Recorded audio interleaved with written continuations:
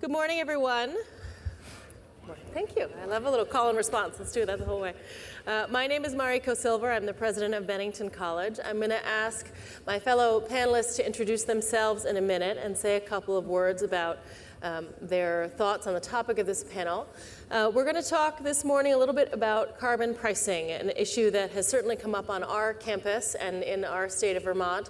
And I know for many of you it is emerging, if not front and center, as a set of questions. Of course, it has come up in a bipartisan way in Washington, and one of the questions that I think a lot of us at colleges and universities are asking ourselves is this an area of climate intervention where we want to get involved?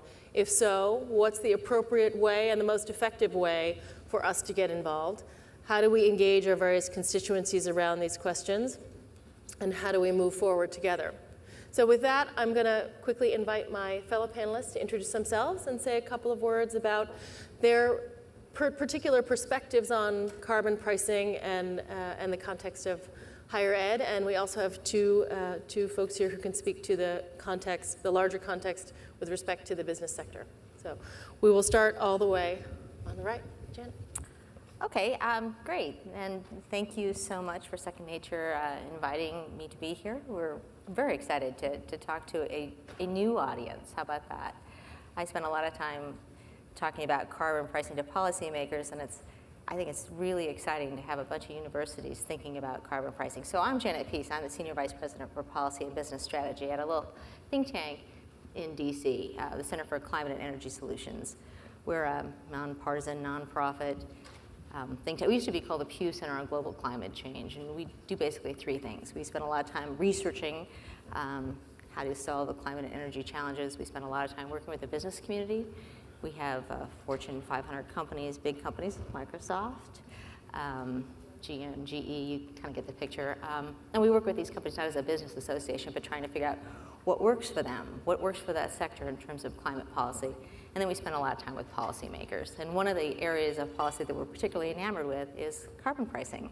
So I personally have worked on carbon pricing for quite a while. Do you want me to talk about why we like carbon pricing at this point? Give us a couple of sentences and then we'll go around and we'll come back and dive deeper. Well, full disclosure, I'm an economist, so of course I like carbon pricing. It's the way to put price in a signal, right? It makes it obvious that there's a cost associated with pollution. And in this case, we're talking about greenhouse gas pollution. And having that price signal then sends a signal for innovators and investment. So you know that if you come up with a better mousetrap to reduce greenhouse gases, you're going to be rewarded for that. And that flexibility that comes with being able to pick your own path to the solution, that also allows us to get to those targets, our greenhouse gas reduction targets, in a more cost-effective way. And let me just say, this isn't the first time we use market mechanisms to solve environmental problems. You probably know that we've used a market mechanism to phase out lead and gasoline to help solve the hole in the ozone, to reduce sulfur dioxide emissions, the precursor for acid rain. And greenhouse gases are the perfect thing to price with carbon because it doesn't really matter where you make the reductions. It just matters that we make the reductions. So let me just end with that. So we're a very big proponent of pricing carbon. I'm Brian Rosenberg. I've been the president of Macalester College for the past 15 years. Thank you for having me. I will point out that these lights are really bright. So if we pull out sunglasses, it's not because we're trying to look cool. It's because we can't see you at all. This subject is important to me because sustainability is woven into everything we do at Macalester. We have a very ambitious goal of being carbon neutral by 2025. And we have particular challenges in meeting that goal. We are an urban institution located right in the middle of a 3 million person metropolitan area in the state of Minnesota where it's really cold. And we do not have the option where we are located of putting up a giant wind turbine. We don't have the option of finding geothermal energy. So we need to think about every option that we can explore to reach that goal of carbon neutrality within the next 7 years. We've made good progress. but the last part of the progress is going to be the hardest.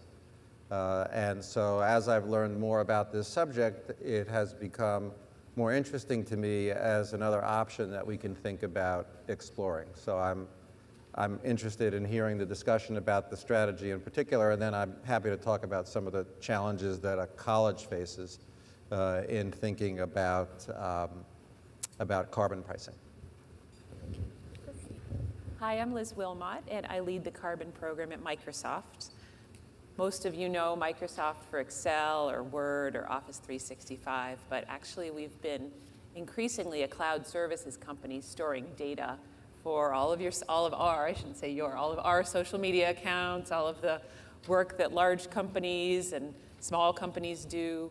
And so with that, we've had an increasing electricity footprint. And in 2012, we committed to make that footprint carbon neutral. Alongside that, we instituted a carbon fee to fund the commitments, fund the purchases of renewable energy and carbon offsets necessary to meet that commitment.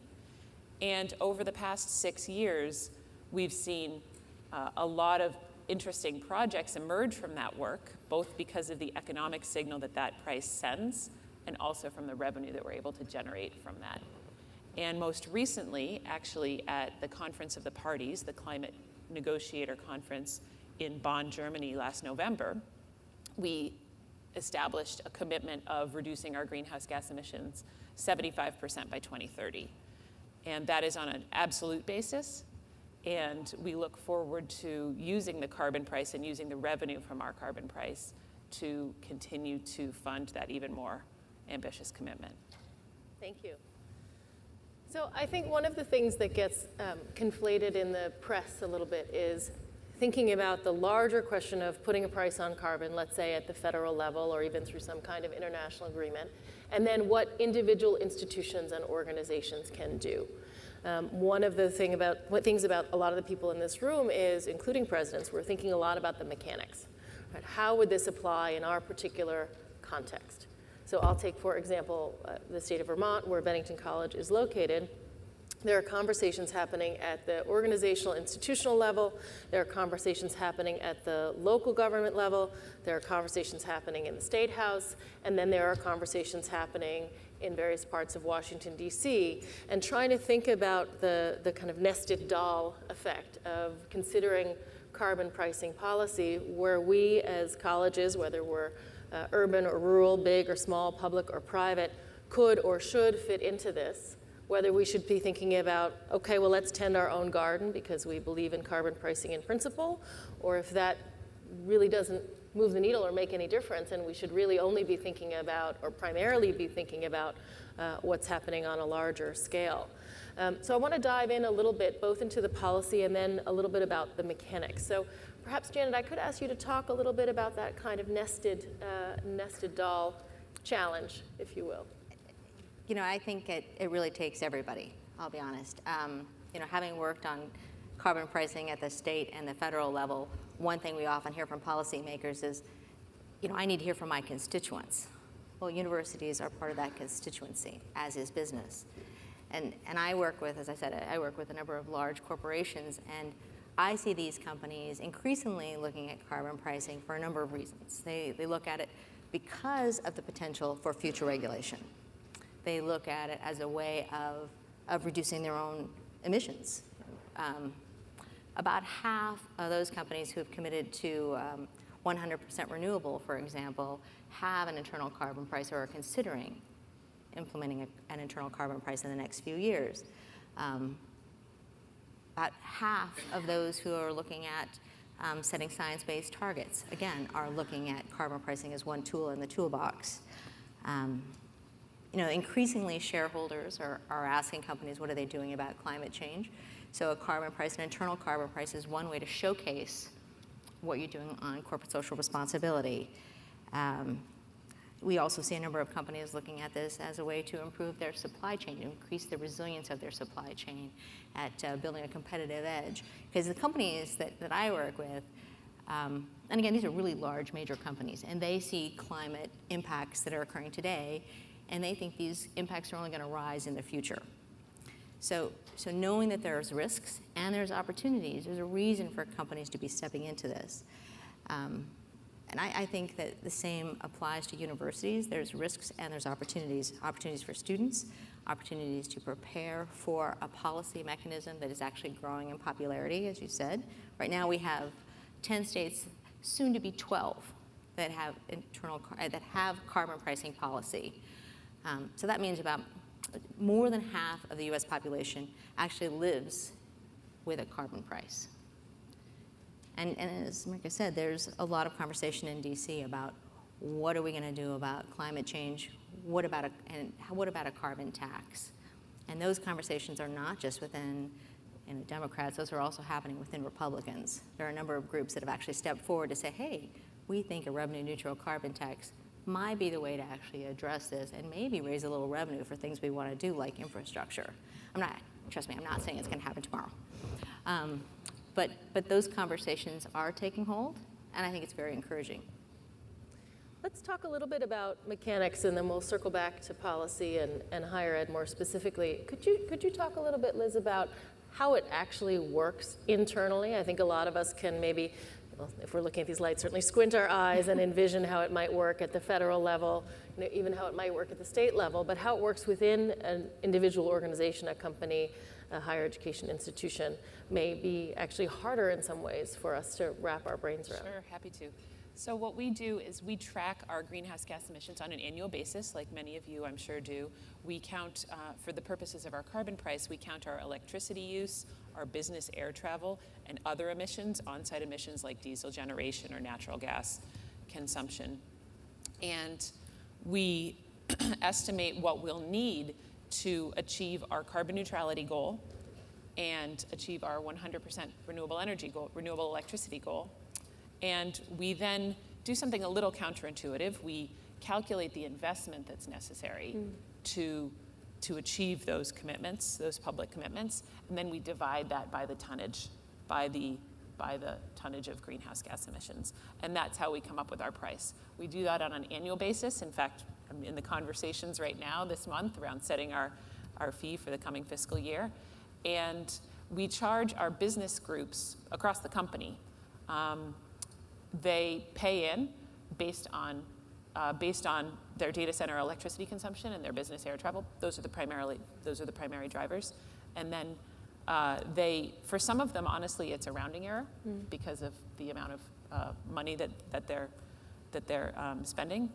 But in general, we see that we've really built a constituency who's interested in this carbon fee because they're reaping the benefits through projects in their own operations, whether it be reduction of carbon emissions or increase of energy efficiency through our cloud services at our data centers, or operational energy efficiency in our real estate and buildings. So we've used this fund to plow that funding back into projects that will reduce their footprint. So it has a little bit of a green revolving fund aspect to it. Let's talk a little bit more now about colleges and universities. Your phrase rounding error stood out to me. I think for a lot of us, we have some CFOs in the room, we would probably imagine that this would not be a rounding error. For a lot of us, it would be a significant budgetary financial commitment. I see some people I know who are CFOs nodding their heads. So I'd be interested, Brian, not to put you on the spot for all colleges and universities, but if you could talk a little bit about how you would think about something like carbon pricing in relationship to both other climate-oriented goals and other goals in general. You know, we know that every budget decision is a trade-off. I know it's true in business as well, but I think a lot of colleges and universities in this moment are feeling really up against it on a budgetary front. So trying to think about adding something new that has the word price in it, I think can give people a little bit of anxiety, even if we are committed to the principle. And so we wanted to just talk a little bit today with really the whole panel, but I'll throw it to Brian first about how should we think about this? How can we think about this? And are we really the right venue? I mean, on one level, of course, Janet, we think we would all want to be committed to doing this work at every level. On the other hand, it might be easier for some to jump in with both feet at the beginning than others, and what's the right level to start?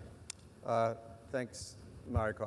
I've thought a lot about this in the context of a college or a university. And as I understand the way it would probably work for us, we would calculate the carbon usage of departments and maybe even individuals on our college campuses, and then assess a kind of tax on those departments, or even conceivably those individuals based on that carbon usage that would come out of their departmental budgets and go into a fund that might be used to invest in, say, green projects. I'm sure all of you who are at colleges and universities immediately see no problem with this. It would probably start with the calculation.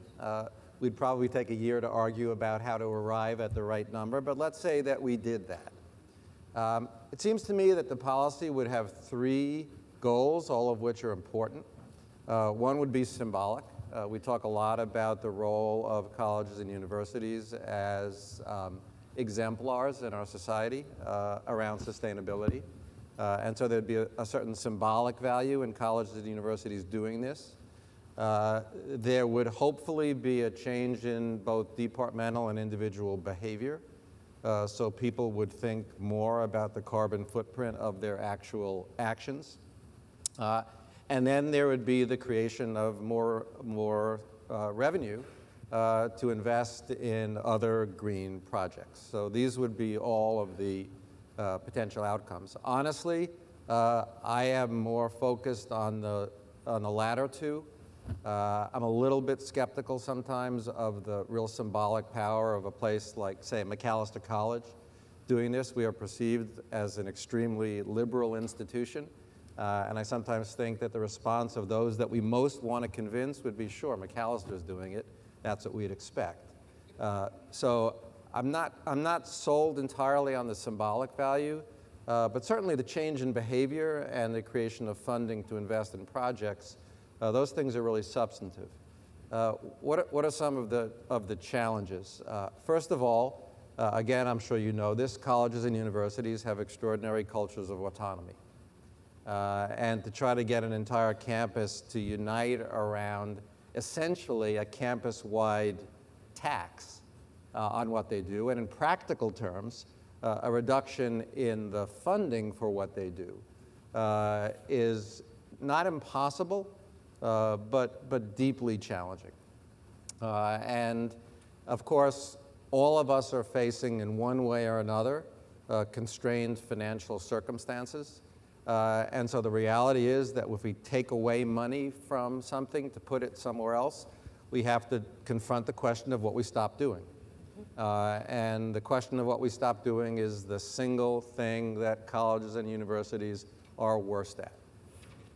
And so we can't imagine this as a pie that's just going to grow. We have to imagine it as a pie that's going to be reallocated. And reallocating funding at colleges and universities is very hard, so that would be a major challenge. And then one last thing that I've thought about, one of the major uses of carbon on all of our institutions, we talk about heat and electricity, but there's also the question of travel. And most of the plans that I've seen would include travel as one of the things that gets assessed. Well, if you're at an institution like ours that says to faculty you have to do research in order to get tenure, I can immediately see the pushback from faculty who say, wait a second, you're taxing our scholarly travel at the same time as you're telling us that we have to do scholarly travel in order to get tenure or in order to get promoted. And so you have two institutional priorities, sustainability and the research mission of an institution that conceivably, I don't think this is necessarily something that has to be the case, but in the minds, I think, of some faculty would be the case, would be in conflict with one another. So none of that is to say that this is impossible. We do have to recognize, finally, my last point, the cost. Vassar College did a study of this and estimated that for them, they're an institution of about 2,500 students. The cost of this would be about $800,000 a year. That would be reallocated from various departmental budgets into this central fund. That's a non-trivial amount of money. You can make it larger or smaller based upon the size of your institution, but it gives you some sense of scale. So $800,000 for a 2,500 student institution. Do the math for your own and figure out where that money would come from out of your existing activities. So that's a non-trivial challenge.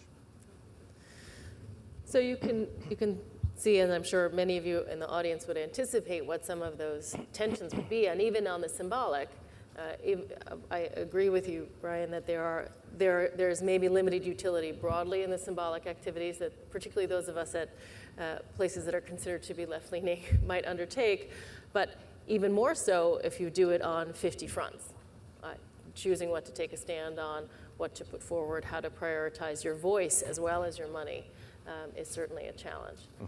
Now, I'd be interested, Liz and Janet, listening to some of those challenges that Brian just enumerated, and I'm sure when we get to the Q&A, there'll be more that people have thought of and scribbled down over the course of the panel, if not before. I would like to hear your perspectives on really the importance of colleges and universities taking on this question of carbon pricing. You're speaking to, obviously, a group of institutions that are committed to climate intervention. The question is this the tool? And how do we think about this tool in the context of the various other tools that might be available to us and the various other ways we might spend our time, our energies in every way, and our money? Yeah, well, I'm an urban planner by background, and so I tend to come at things from a systems perspective. And I honestly see, and Janet, well, I'm sure will chime in on this as well, carbon pricing is a tool to rationalize the impacts of climate change with respect to our behavior. And so from our perspective, it's necessary not only at an institutional level where it helps us to get our house in order, but also at a society level. And that's why actually this month Microsoft came out in support of a carbon tax in Washington State, which was the first time that we had actually become public about our position on that. And we see that as an important path forward, not only for sending an economic signal, but also for generating the revenue necessary to plow back into carbon reduction activities. And I think a lot of the people in the room, a lot of the institutions in the room might, for example, support a carbon tax at the federal level, a carbon tax at the state level, with maybe some caveats about equity and so forth. I think in some ways the harder question for a lot of us is about our own institutions. You know, just to add to this conversation, one thing we haven't talked about is shadow pricing. So we're right now just talking about how do you charge people for their travel and for their emissions from their buildings. But large companies, many large companies also think about what's the total net cost in the long term, including the cost of carbon in my decision-making process. So if I'm going to build this very large building that's going to be hugely energy intensive, in the long term, if I expect there's going to be a climate policy that's actually going to increase the cost of energy, do I really want to build this really energy intensive building? Do I want to think about maybe making that building more energy efficient? So I'm going to price in carbon in my long-term decision making so I get some indication of what the implications of that carbon price is, and it can help influence my decision making. So large companies also look at shadow pricing in addition to some of this internal fees that we're talking about here. There's a lot of ways to do pricing, and I just have to laugh, Brian. I mean, all of the points about and concerns, those are concerns that every politician I've ever met has also expressed.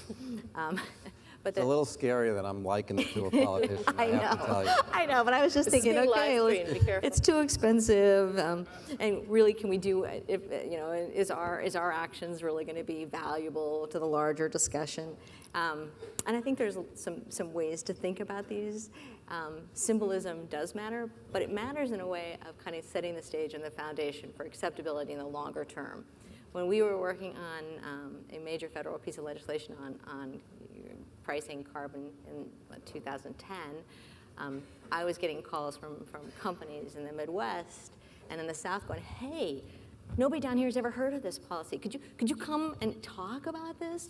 And we know that politicians were getting calls 10 to 1 against the policy because people didn't know what it was. And when people talk about it being too expensive, it really does matter how you use the revenue. I mean, you can price carbon and give the money right back, so that the actual net effect is that people see the value of that decision, but they're not affected in terms of their purchasing power. So there's ways of making carbon neutrality or carbon tax neutral in terms of its purchasing power, but still sending the signal. And there are a couple policy proposals on Capitol Hill are looking at revenue neutral carbon tax. But that may not be the way you actually sell a carbon fee. It may be on what you can do with all this revenue that you're generating. Maybe if your objective is actually to incentivize renewables, maybe you use the money to actually put in solar.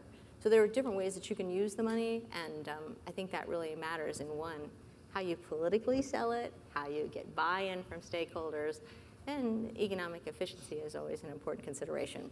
I have to throw that in there. Thank you. So I feel like we've only scratched the surface, but let's open it up for Q&A, and I'm sure we'll dive deeper that way. Are there any people who have burning questions about pricing carbon? Yes. You say who you are. Oh, good. I wanted to ask, because I think language is really important in this, and I know we've been looking at this and trying to figure out how to do this. And I'm interested to hear the panel talk a little bit about the opportunity to fund work, and even changing the way we talk about this as internal carbon fund as opposed to fee, and kind of turn that on its head a bit. And I'm wondering if you could react to that. Actually, Liz, you should talk about how you sold the fee internally. Happy to. So we talk about it both in terms of a fee and a fund. So the fee is what gets levied on the business groups, and then the fund is what we use to execute the work. And one aspect of this in particular that we're really working hard on is to talk about communication of the new projects that we're investing in, especially including technology innovation. So as Microsoft, we have a big commitment to digital transformation and to really using our technologies to drive sustainability. So for example, this year, we have purposely, very consciously pivoted from investing in exclusively operational carbon reduction projects to a program actually called AI for Earth, Artificial Intelligence for Earth, which puts AI tools in the hands of environmental researchers to help accelerate their missions. Number of them university researchers, including some folks in this room, as well as NGOs and others. And so we're purposely, in our case, trying to talk about the larger scale impact that the fund can have. So not just in the bounds of our operations, but also looking outward to our partnership and really expanding the impact of our business in terms of societal sustainability. And I could actually see a really interesting model, university model, where a university might similarly use the revenue from a carbon fee, put it into a carbon fund to then potentially fund research. An internal grants sustainability. fund. Yeah, an internal grants fund to fund research that's related to sustainability based on different disciplines. And if I could just respond, I think it's a really good question because, as you all know, language at colleges and universities means a lot. And so I do think it's not a trivial difference, whether you call it a fee or a fund. We do have that kind of fund in existence. And so, first of all, I very much like the idea in general of shadow pricing, just trying to determine for the community what the cost in terms of the carbon footprint is of the activities that they engage in, even if it doesn't immediately become an actual tax. I suspect in practice, if this becomes something that colleges and universities do, it's more likely to be through the creation of a fund that comes from taking some money away from something else, maybe program budgets, rather than an ongoing tax of individual and departmental activities. For one thing, particularly for a small institution, that's very labor intensive. And so I talked to my CFO about this, and just the idea of doing that kind of tracking at a small institution, day by day, week by week, month by month, that's going to be very, very difficult. But on the more global budgetary level, just shifting some funds from some other things to efforts that support sustainability, among other things, what we've found is it actually can reduce expenditures.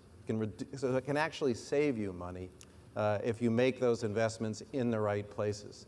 So while in the short term it might take things away, in the longer term it might actually free up funds. So I think there are ways to imagine this working that don't necessarily involve the individual tax on a department or a person.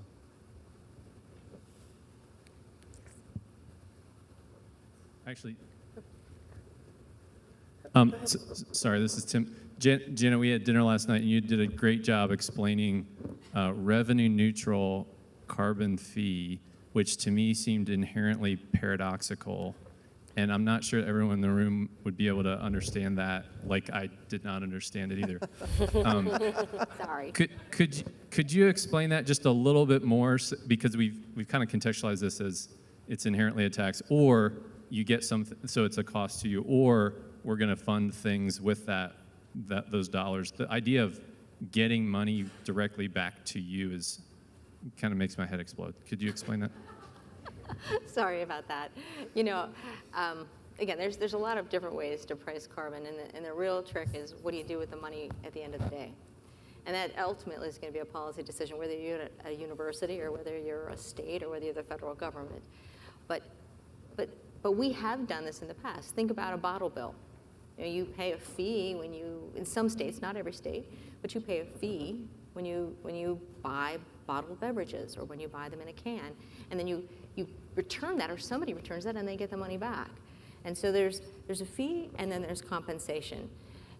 In a revenue-neutral carbon tax, the proposals that are out there are, okay, so we'll tax, and then everybody pays in, and then we're going to send a dividend check right back to you could be based on what your carbon footprint is, or it could be based on what your historical emissions look like in terms of that particular region. There's a lot of different ways to decide on how you can actually write the check.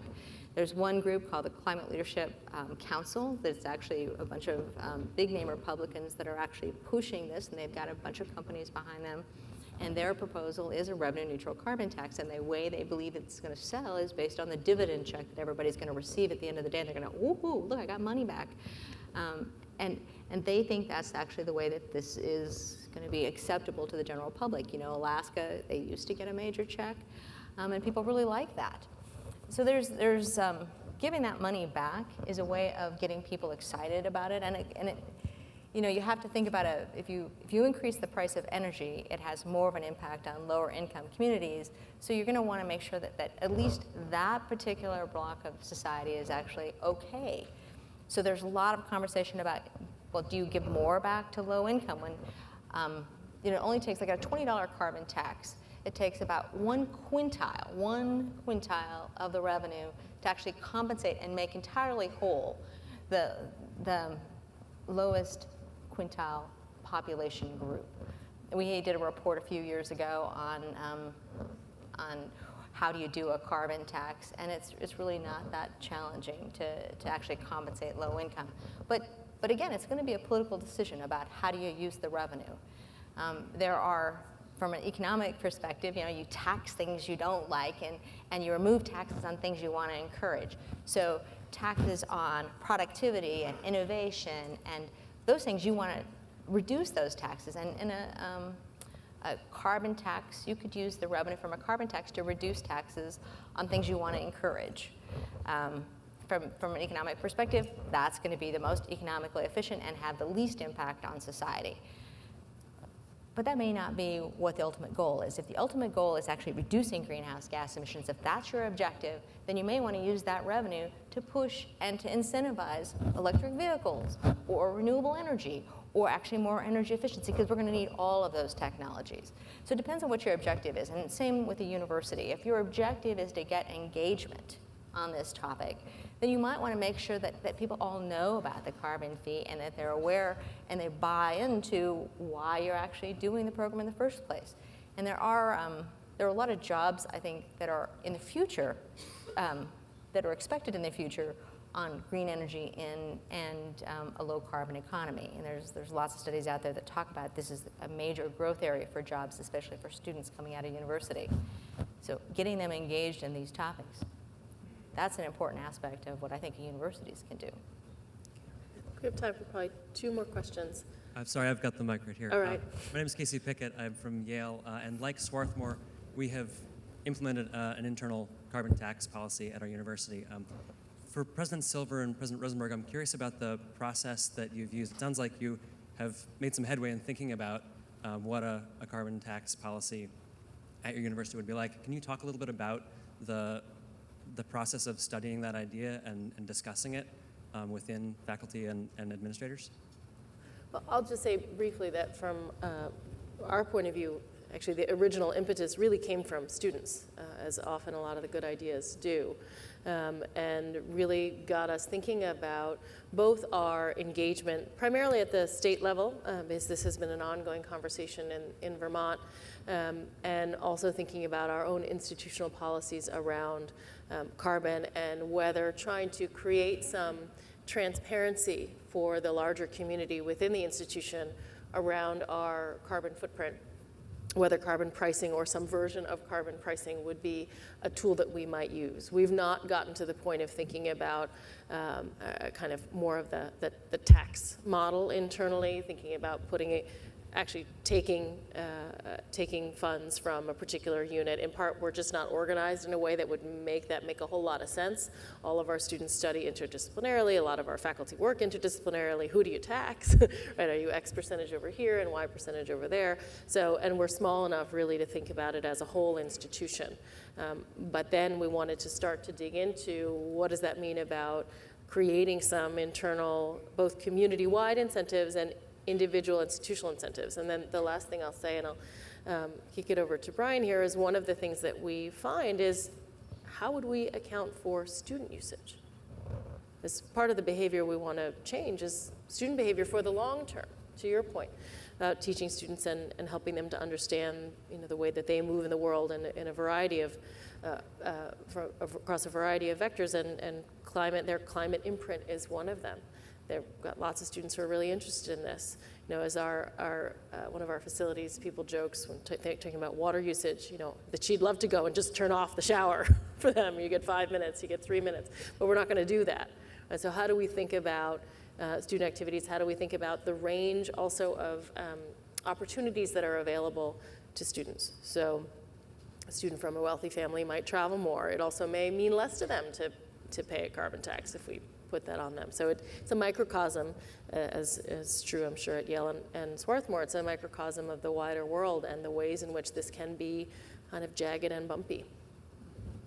Yeah, I'll just say, we too have tended to think about these things in a more holistic way as we budget. We haven't really thought very much about the taxation model.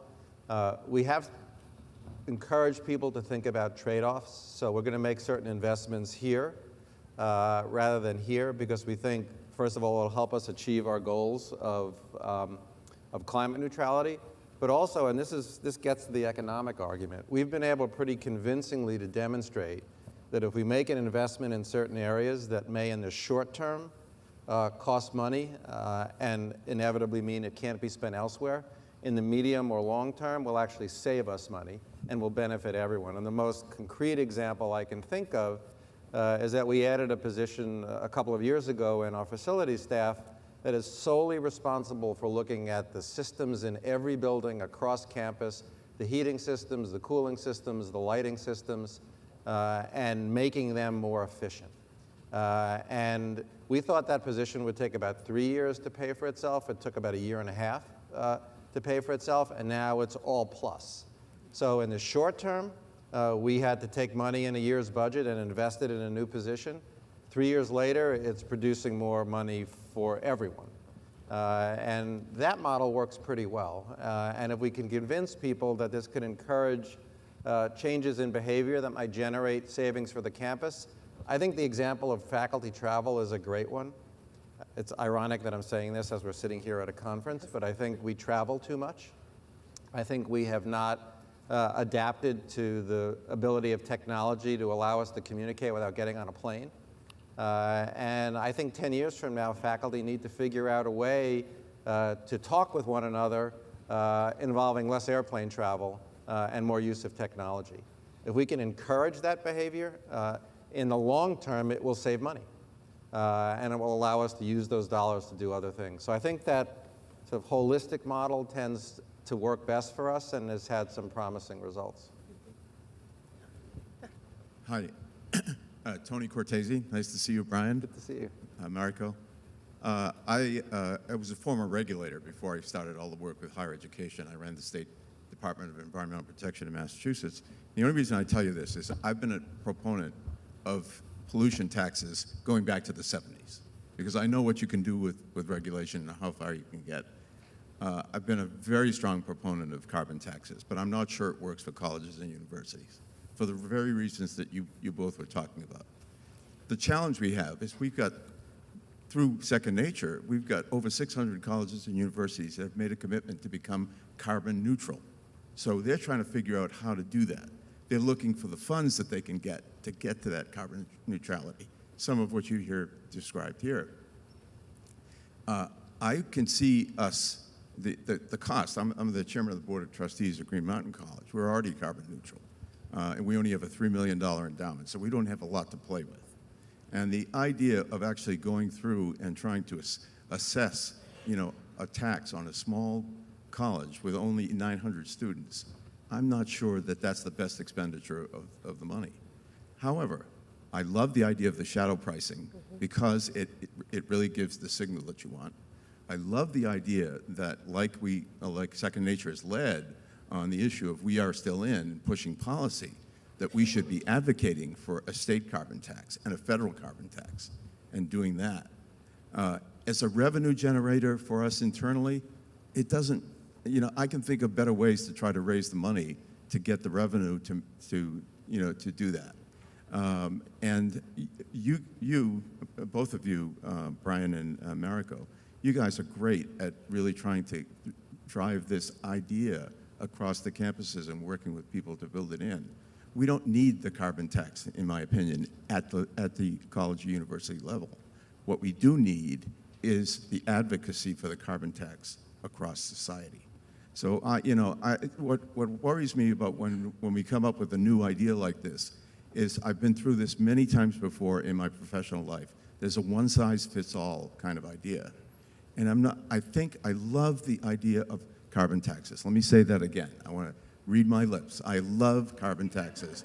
But I just don't necessarily think that it works, particularly for some of the smaller institutions. It's not the best way to get the revenues we need, and it's not necessarily the best way to educate, but I love the shadow pricing idea. So that's my 2 cents. I don't like to put my 2 cents in many of these situations, but I really do believe strongly that we need to be careful about, and I believe in revenue neutral carbon taxes, and have been an advocate for that for over 25 years. And I was involved with the acid rain stuff and moving it, and I know the power of the market this way. So the question is, how do we use it? So that's what I would share here. And I'm sorry if it's not a popular thing when we're talking about carbon pricing being a wonderful solution, but the question is where and when and how you use it. Yeah. Just take one more question and then. Can I just respond Yeah, to go that? ahead while the mic's going back. You, yes. So I really do need to respond as a college that has a carbon price. So Rosenberg College has implemented both a shadow price, which is hugely important for decision making. We'll talk about it along with Yale's carbon chart in one of the breakout sessions. But we also have an internal fee. So I want to respond because I agree with most of what you said, Tony, that the real goal is thought leadership for higher education. As we heard across the country, when Obama was trying to pass policy, nobody even knew what cap and trade was or that it had to do with climate change. So who about higher education is going to educate people about carbon pricing? But let me just add that by having an internal fee on carbon, I have reached more people across my institution who never would have shown up to any climate change event if we didn't have a price on carbon. By charging it to every single budget imperfectly, because we don't have perfect tracking, we get interest from financial aid, from student affairs, from the libraries. We have people turning up saying, what is this carbon fee about?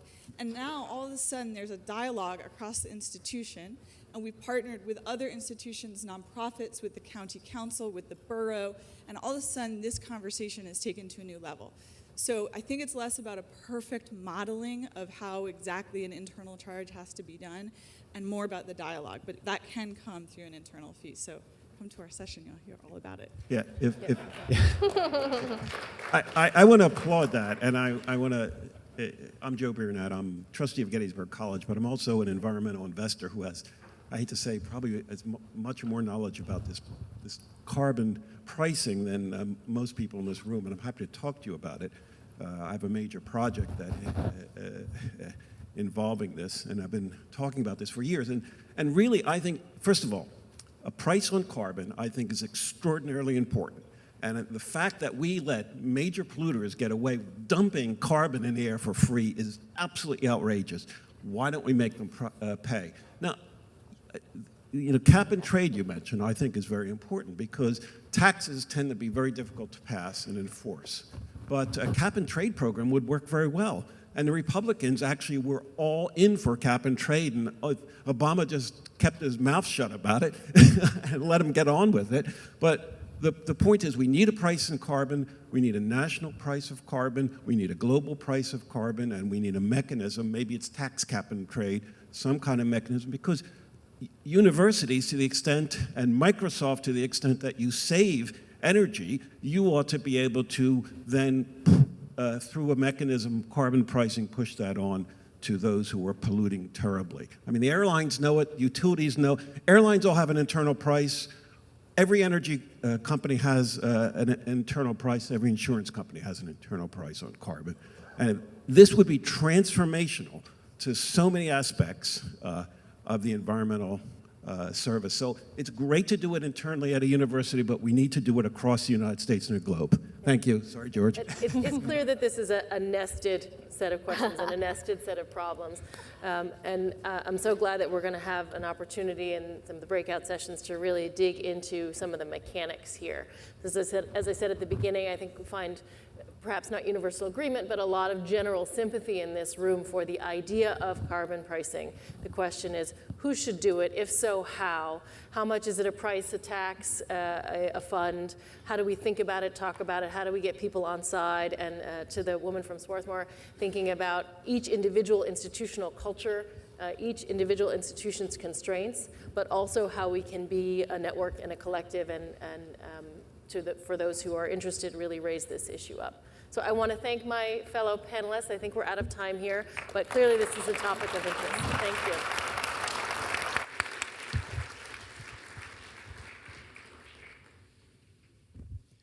Thank you all so much. And as you come off the stage, we'll just set up. Obviously, this is a topic ripe for much more discussion and dialogue, and that is exactly what we're going to do right now. We've got about 15 minutes at your tables to dive into some of these issues, explore these nested systems and how carbon pricing might work and how higher education can play a role within your own institutions and at the policy level. So about 15 minutes to go deeper on this right now, and then we'll check in.